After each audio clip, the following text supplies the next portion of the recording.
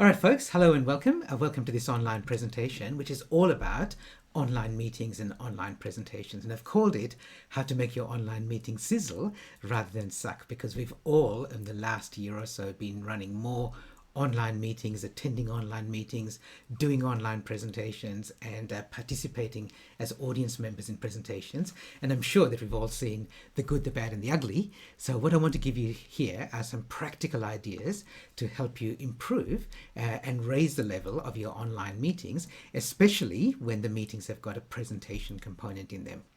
I know a lot of the people here know me already, but for those who don't, all my contact details are at gihanperera.com. So I'm a futurist, I'm a conference speaker, I'm an online presenter, I'm an author, and particularly my expertise today is in delivering online, and that's what I want to share with you.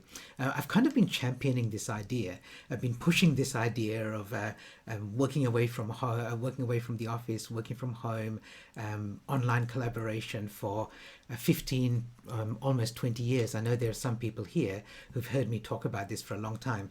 So much so that that photo was taken about 15 years ago, and this idea of working away from an office was so novel that a local journo who was walking by when I was working at an outdoor cafe, he said, "Oh, can I take a photo and write an article about you?" Because at the time it was quite a novel idea. And now, of course, it's become much more mainstream.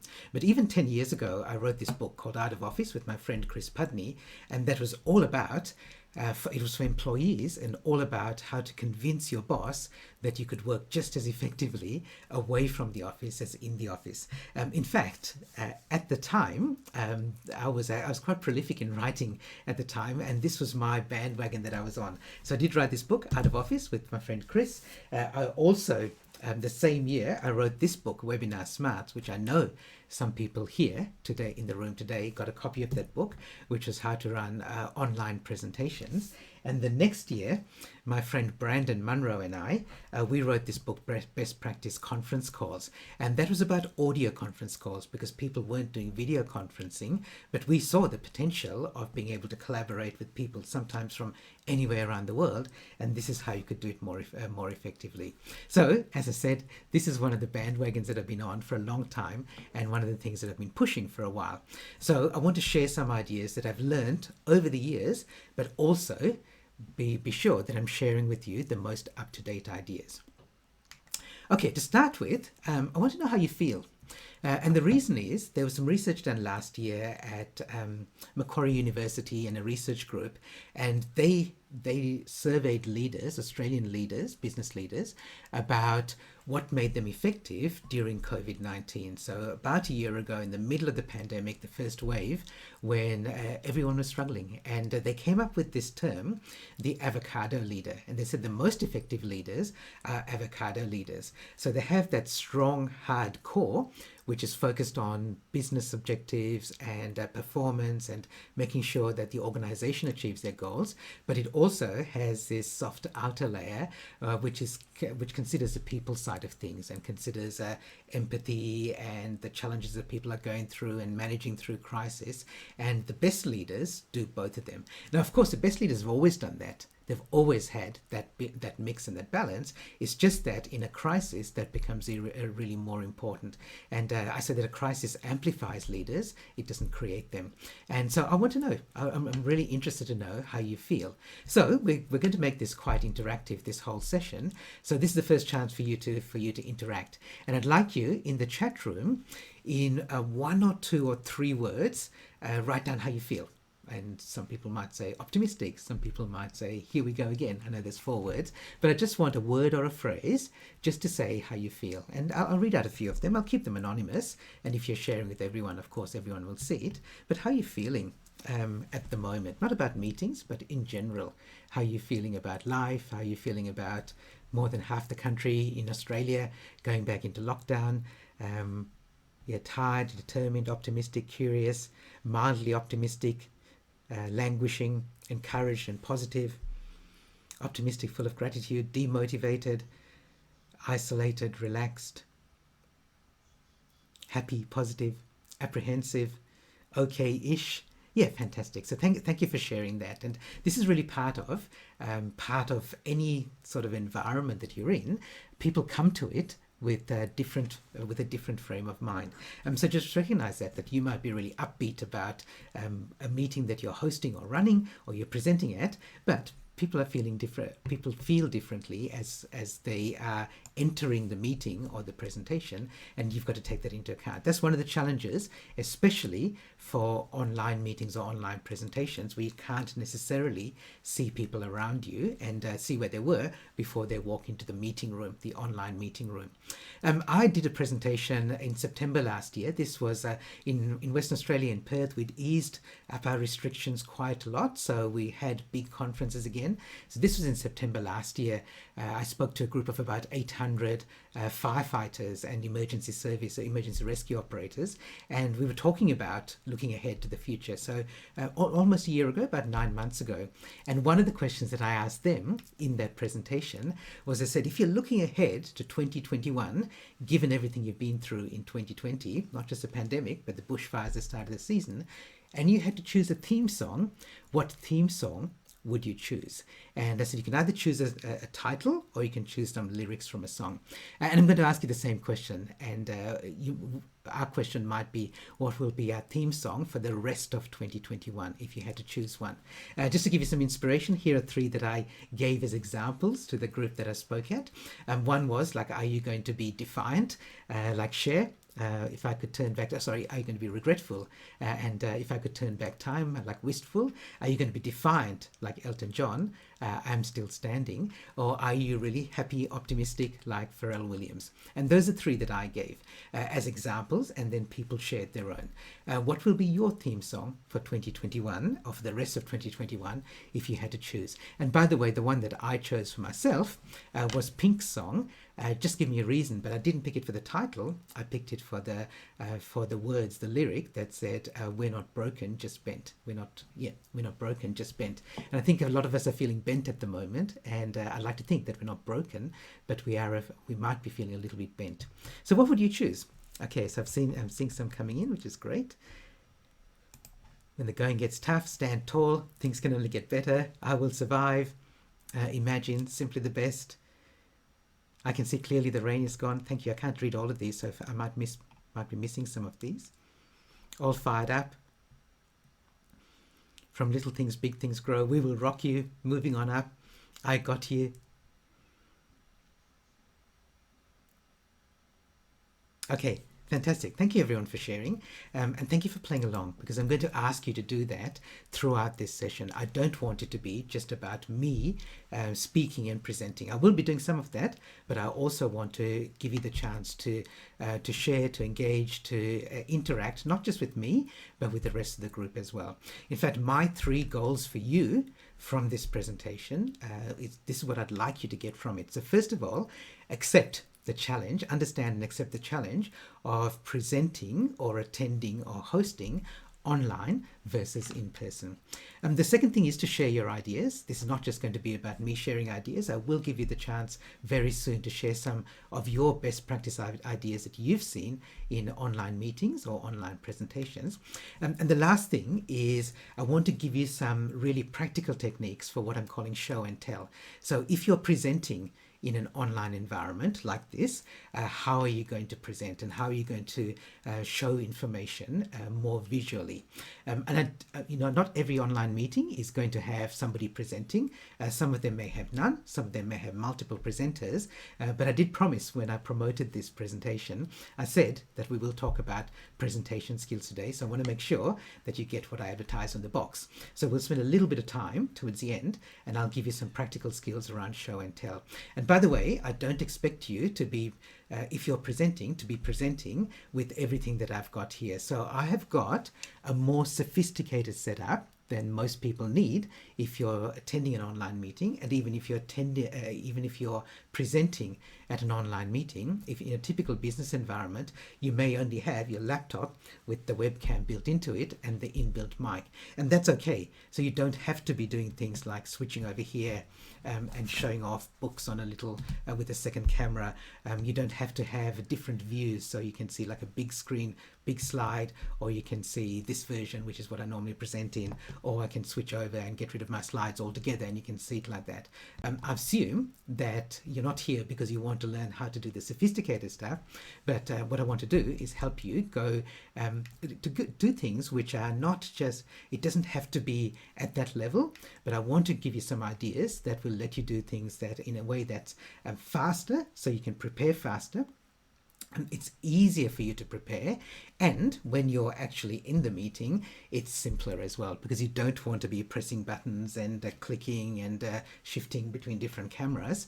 What you want to do is focus on the business of the meeting. Okay, so that's what I'm going to share with you today, some really practical things.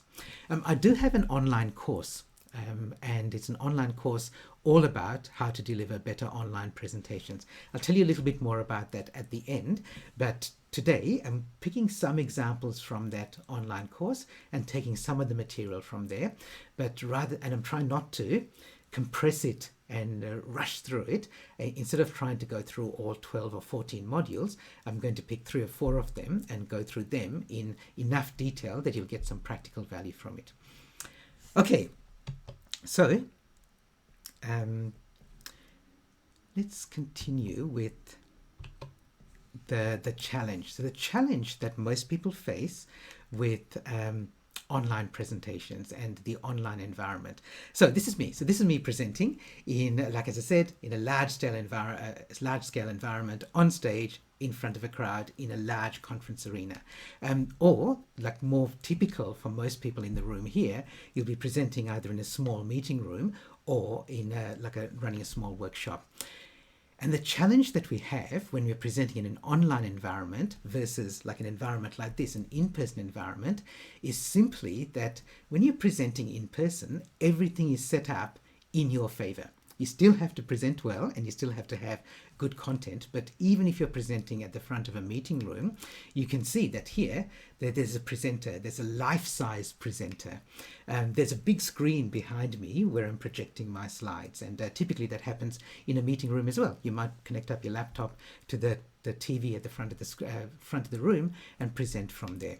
The room has been laid out in a way that everyone's focus is on the front of the room. Even if you're in a meeting room where everyone's around a table, a long table, generally when somebody's speaking, people turn their chairs to face the presenter. So you've got their attention, and the idea is that the room's laid out to help you. And of course, people set dedicated time aside to attend that meeting. It's kind of frowned upon if you take a phone call in the middle of a meeting because you're interrupting everybody else. All right, now people still do that and they still check their email and send texts, but there's a kind of social pressure to focus on what's happening in the meeting. If you contrast that with a typical online environment, it's the exact opposite. So if this is one of your attendees at your meeting that you're running or a presentation that you're giving, they might have family or pets or other things around them. They might be looking out the window wistfully wishing that they could go outside there without wearing a mask. They've got other work that they might be doing. They might quickly flick over and check their email or pick up their phone, and there's nobody around to frown at them and tell them not to do that because they're just there in their own little layout. And in some cases there's a lot of clutter around them as well. So this is the challenge that you're facing, that when you're presenting or you're attending a meeting or you're speaking in a meeting, you are at best this tiny little rectangle in this big cluttered environment, and so you have to be even better than before. So if you're presenting in an online environment, just recognize that you're competing with so much more than if you're presenting in person. Here's an example where I presented online a few weeks ago at a medical imaging conference, and they were using this online meeting software that made it look like I was in an auditorium up on stage and I was the focus. But still, all of that was still on a tiny little laptop screen for everybody attending. And this is why we need to really up our game to present well in the online environment. Okay, so it doesn't mean that you can't do it, right? I'm sure that many of us are familiar with this kind of feeling, and you may have been in meetings which are like that, but it doesn't have to be like that. And what I want to share with you today are some things that mean that you don't have to do that, your attendees don't ever have to feel like that ever again.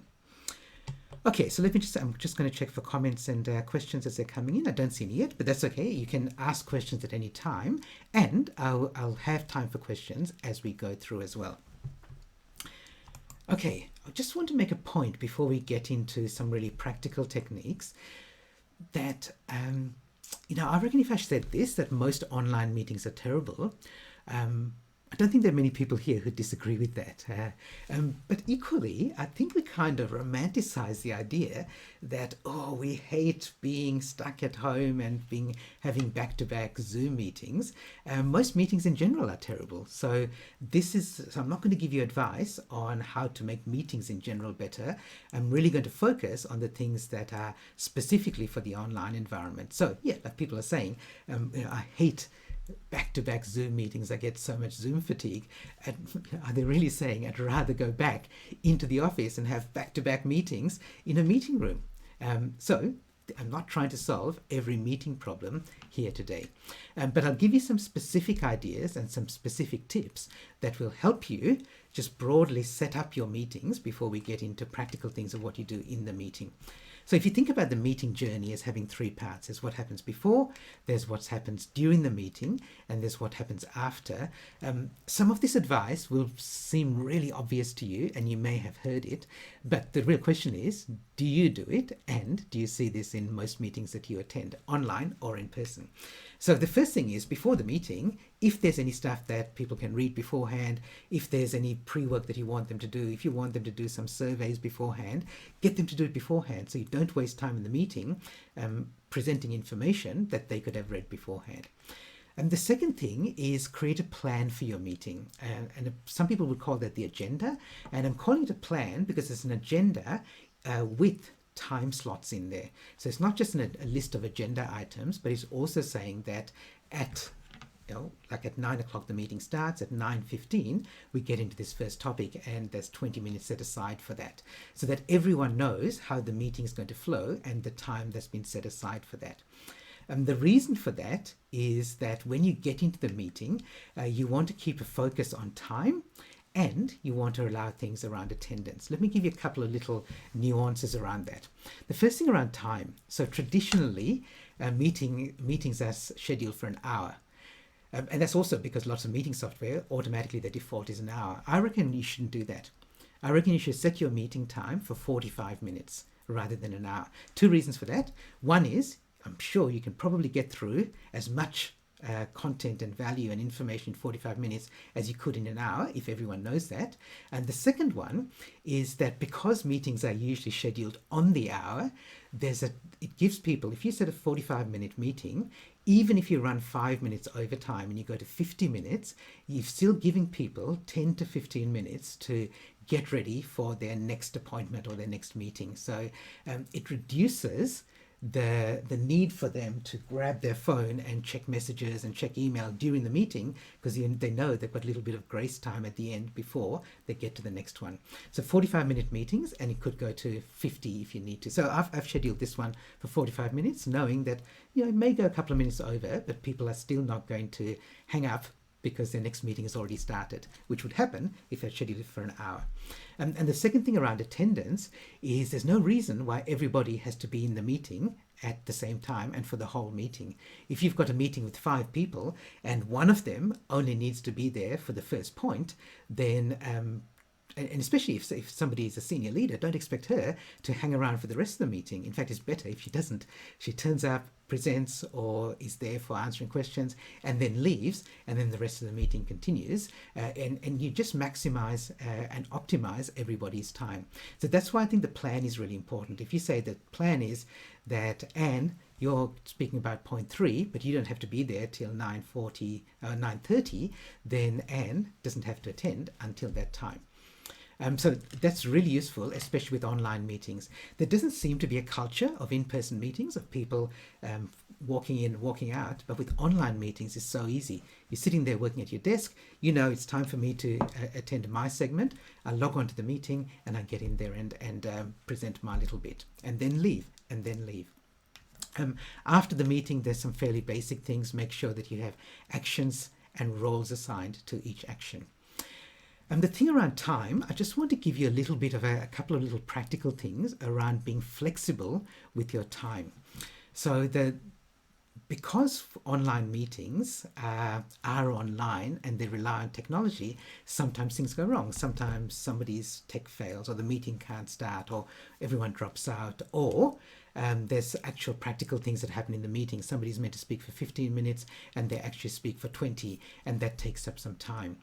If you've got a presentation in your meeting, it can be challenging for you because you've got these slides prepared. So you've got this PowerPoint presentation, and now you want to jump into someone's taken up 5 minutes of your time, or the meeting started 5 minutes late, and so your 20-minute presentation is 15 minutes, but you've got these slides. So what are you going to do? Are you just going to rush through the slides? Are you just going to go click, click, click and miss a few slides? There are some really simple things that you can do to jump ahead. And a couple of these things you'd be aware of, but if you're not, it'll be a real time saver for you and a stress saver as well. And it's all comes around to the fact that if you've got a PowerPoint presentation, then PowerPoint has a facility where you can jump to any slide in the presentation at any time if you know what the slide number is. So one simple thing that you can do is, if you've got a slide deck that you're going to present, print it out beforehand, and you can print, like I've got here, 9 slides to a page, and they come with the numbers.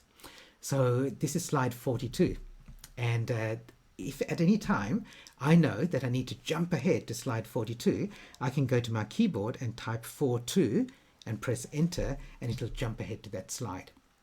So as long as I have my slides ready for me to look at the numbers, then it's easy for me to jump ahead. You don't even have to print out all the slides. Chances are you have a few key slides in your presentation that you may want to jump ahead to, and then just make a note of which numbers they are. This is exactly what I do with my presentations. I do this on a little bit of paper. This is a presentation I ran a few weeks ago, so really horrible handwriting, but I'm the only one who has to read it. And I've got 3 main points. One about customer demand, the next one about your mindset, and the last one about this is the journey in digital transformation. And then 41 is where I close up. So I've got my slides 13 on the left hand side, 13, 19, 31, 41, and I know that at any time I can jump ahead to that if I need to. Also, for me, on the right hand side, I've got my little timestamp, so I know that at 9:37 I should be starting my 3rd point about the digital transformation journey. This gives me an idea of where I should be, and it gives me the flexibility to jump ahead if I need to. For this one here, right here, this presentation that I'm doing right now, I'll actually show you. So what I've done for a 45-minute session is, because they're 9 5-minute segments, I've kind of broken this up into 9 areas. And I know that at 9:15 I should be at a certain point, at 9:30 I should be at a certain point. And if we're running over, it doesn't matter too much, because I know that I've got, actually let me go back to this one, this will be easier for you to see. So the top corner of each of these boxes, I've got a slide number. So I know that if I need to, I can jump ahead to that slide number. So I know that if we now completely run out of time and I've only got 5 minutes left, I need to do my big close, which is at slide 70. I can type in 70, enter, and it'll jump ahead to slide 70. Now you don't know that I've skipped 23 slides there, right? Because, well, I did it very obviously, but it's pretty subtle. I can just do it without people really knowing what I'm doing, and I've just gone past a whole bunch of slides and got some time back. Okay, any questions about that before we continue?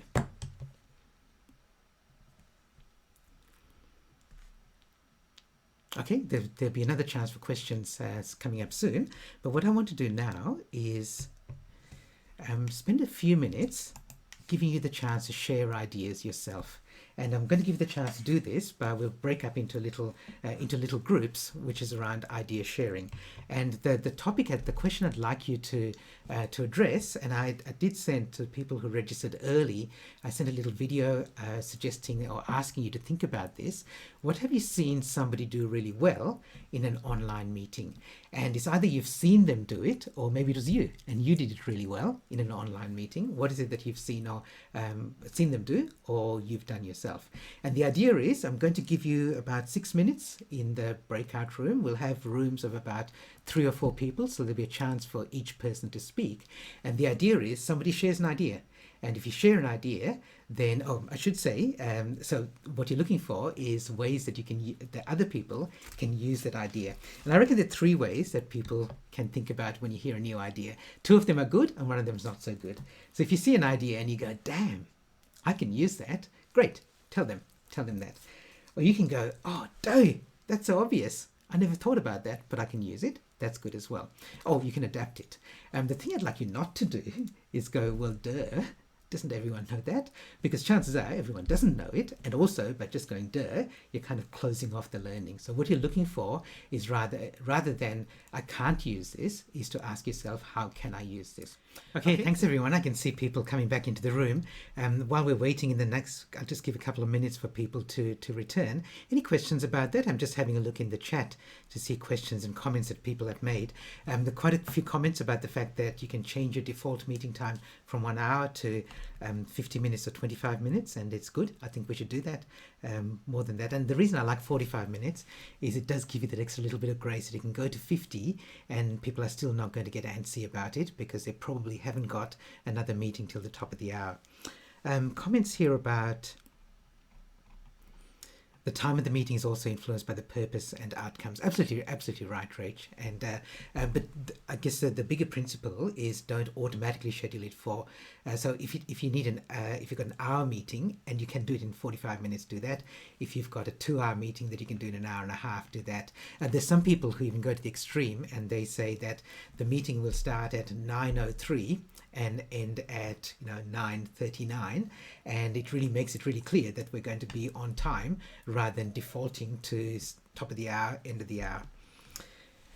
Comments about the layout of my meeting, can't use Zoom, the same setup in MS Teams? Yes, so I've got, as I said, I'm not suggesting that you use my kind of layout here, but if you've just got a share screen and a webcam and a reasonable microphone, that you can do a lot of what I'm doing. If you're not switching different cameras and having me in a little circle, that's not so easy. John says third-party apps like Padlet are really good for getting people involved. I agree, but it can be it's just another barrier, and it's another thing that can go wrong. Same with Deb saying Miro as well. Neil says, yeah, the first question to ask is, do we need a meeting at all? If you ask any productivity expert about how to make meetings more effective, that's the first thing they'll say. The first question to ask is, do we need a meeting at all? And if you decide that you do need a meeting, then make sure it focuses on the stuff that you do need the meeting for. And that's why I say, get people to do the pre-work first. Anything that can be sent out to them in detail later as a report, send it out to them afterwards, and really make use of the time while you're here in the room, which is exactly why I'm doing this with the chance for you to work in breakout rooms. My online course is me presenting my ideas. Now, I could have done that for 45 minutes here, but why? It's much better to give you the chance to share ideas with each other, which you couldn't do unless I got you together in this session. Okay, let's continue. I want to now switch over to this. I want to give you, as I said, some practical ideas around presentations, and just to improve the quality of your slide presentation. I'm calling this more magnetic messages. It's just a little mini presentation here, if you like, and I'm going to talk about 3 things. So first of all, never show a bullet point anywhere on a slide. And I'm going to show you a feature called Smart Art. Some people may know about it, some people may not. The importance of structuring your meeting as your presentation, and meetings in general, but here I'm talking about presentations, and one little idea, one principle about showing data on in your presentation, and I'll give you a resource where you can find more about that. So the first one is this idea of never showing a bullet point ever again on any one of your PowerPoint slides. So you never want to have a slide that looks like this. So this is pretty much the only slide in any of my presentations that has bullet points on it, but only because I'm making a point. So this is something about neural networks. There's physical features, there's functional features. You never want to show it like that. In fact, the reason I've got this slide is, and I'm going to use this as an example, is because I did see somebody use this in a presentation. This was a few years ago. We were on a cruise at a time when cruises existed, and we went to one of these informative presentations, and the presenter was pretty good, but she had horrible slides like this. So my mind wandered, and I said, if I had to show that slide more effectively, what would I do? And I'd make it look like this. I'd say we're talking about neural networks. By the way, I'm not an expert in this area, so let me just gloss over it. I'd say we're talking about neural networks, and there's some physical characteristics, and I want to talk about 3 of them, and there are some functional things, and I want to talk about 4 of them. And as I'm talking about each of them, I'm clicking through, and each item appears. So I say the ability to learn. Let me talk about that, and go talk about that for a couple of minutes. And then I want to talk about memory. Now, to go from that horrible looking slide to this slide here, you can do in PowerPoint in a couple of minutes, literally a couple of minutes. And it's using a feature called Smart Art, which has actually been around for a while now. When I was first talking about it, people were going, this is amazing, the best thing since sliced bread, Gihan. Never heard about this. But it's been built into PowerPoint on both PC and Mac for quite a long time now.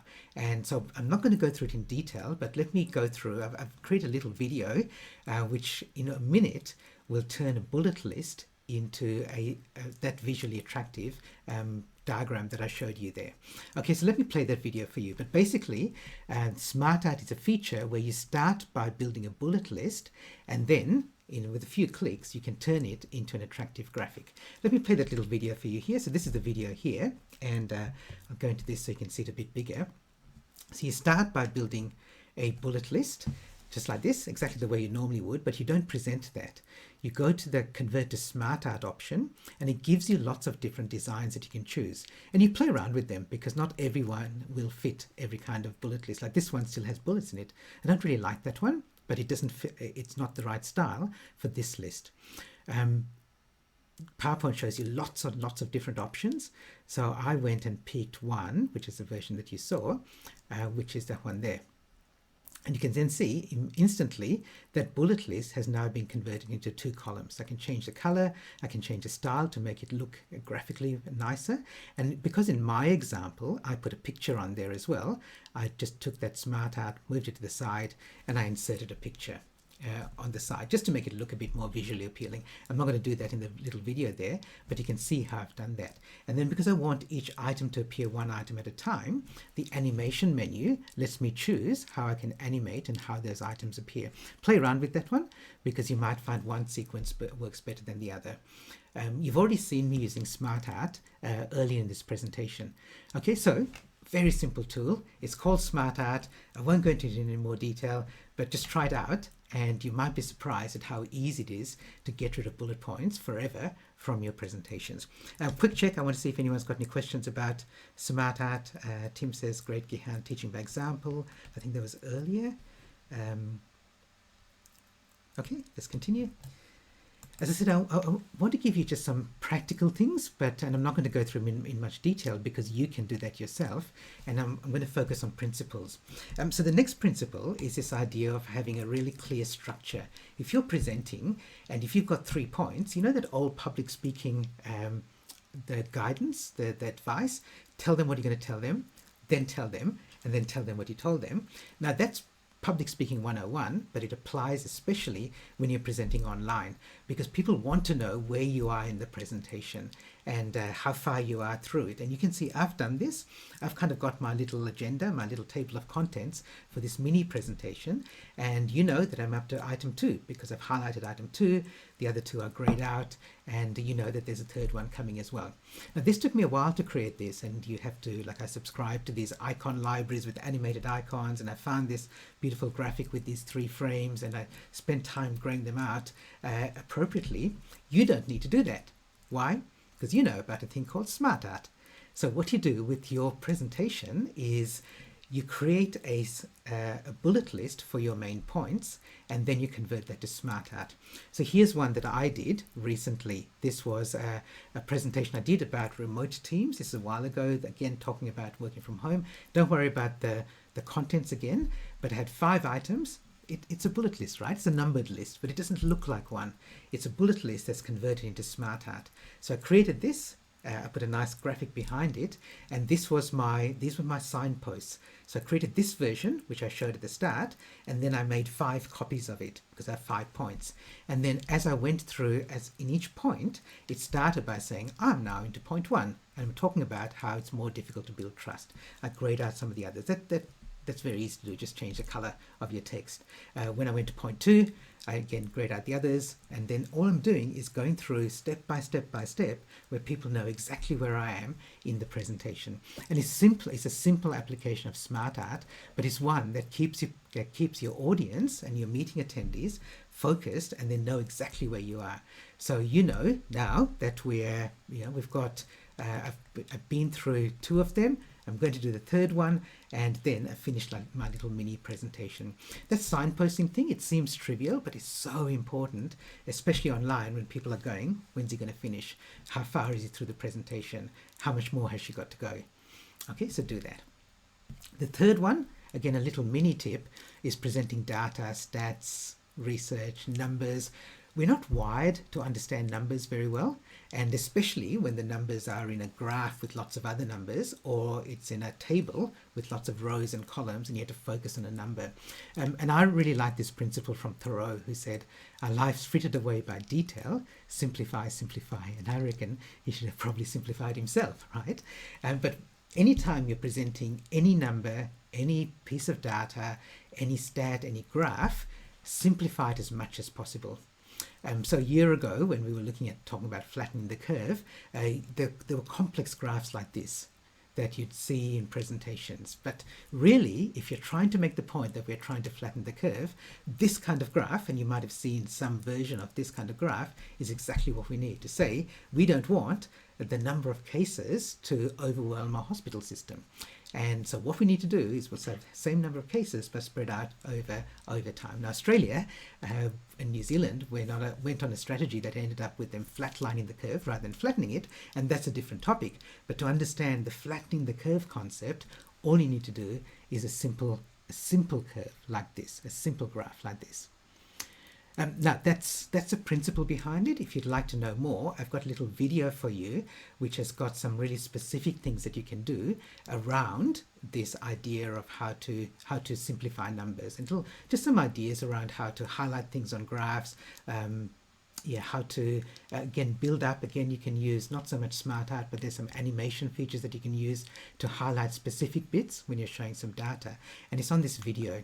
The video is part of this course, More Magnetic Messages. So this is the bit where I encourage you to sign up and register and buy the course.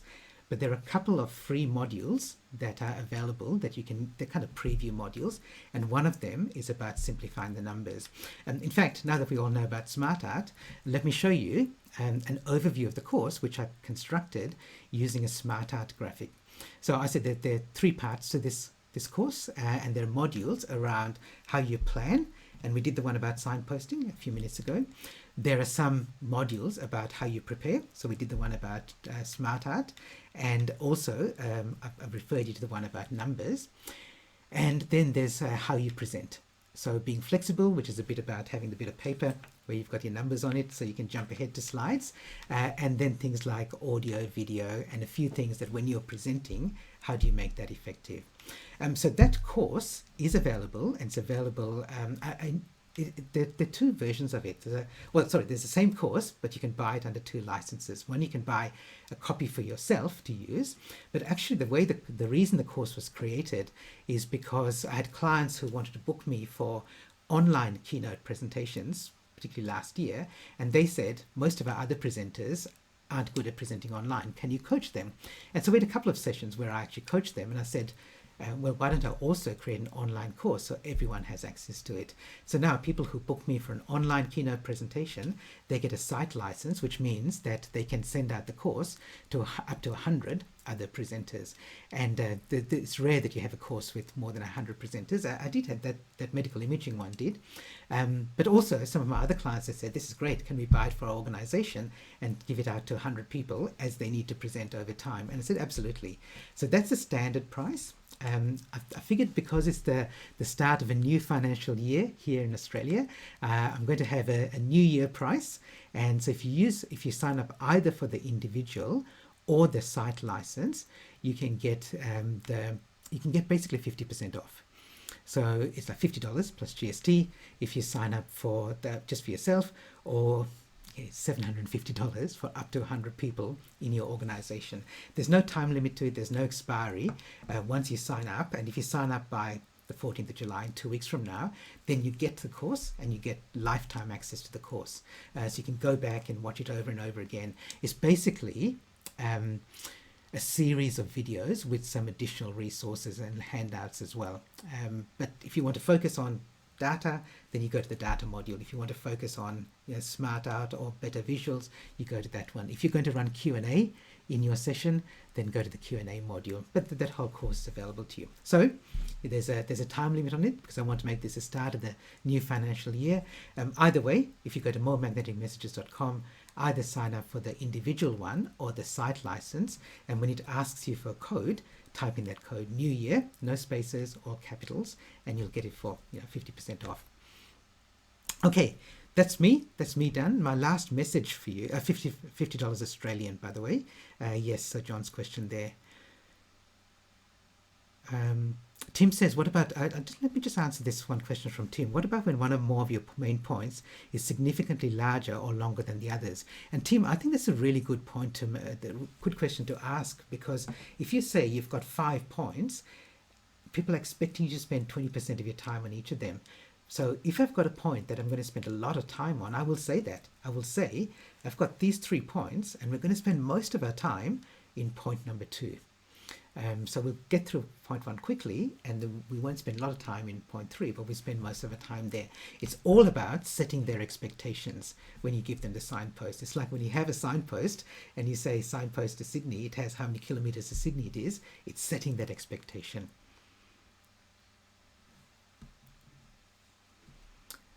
Okay.